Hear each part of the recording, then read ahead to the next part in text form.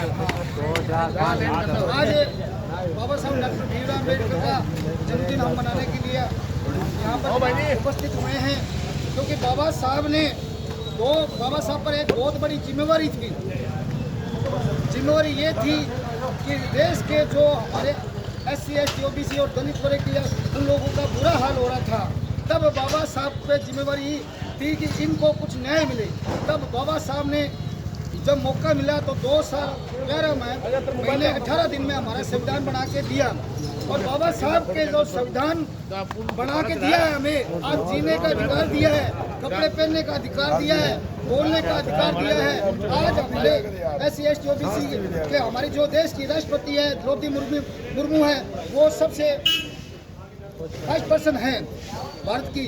तो ये संविधान का हक है, बाबा साहब ने दिया है। तो मेरा आपसे निवेदन है कि आप लोग बाबा साहब को हर वक्त याद रखें। जैसे मेरे बड़े भाई तारा भाई ने कहा था कि हमारे लोग सो जाते हैं, क्योंकि ये सो जाते हैं, इनको दोबारा जगाना पड़ता है।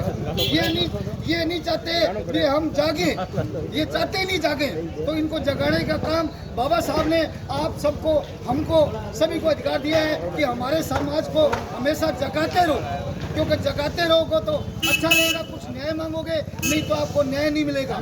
मैंने अभी देखा हमारे जो MP है, लोकसभा में उनको बोलने की इजाज़त नहीं है, राज्यसभा में उनको बोलने की इजाज़त नहीं है, मगर लोकसभा में हमारे ओम बिरला है, वो बोलने नहीं देते, और राज्यसभा में जगदीश धनखड़ है, वो हमें बोलने नहीं देते। और मैं कहता हूँ, जब हमारे MP को बोलने नहीं देते तो हमारे को बोलने की आज़ादी कहाँ है? ये सोचने की बात होती है। अगर आज हम लोकतंत्र में जिंदा है तो हमें बोलने का अधिकार है। अगर लोकतंत्र को ये खत्म कर देंगे तो हमारे बोलने का अधिकार नहीं होगा। वो कंडीशनें आ जाएगी जब हमारे जो पूर्वज है उनके पीछे झाड़ू लगी होती थी और मुंह में हांडी होती थी और उसी में थूक सकते थे।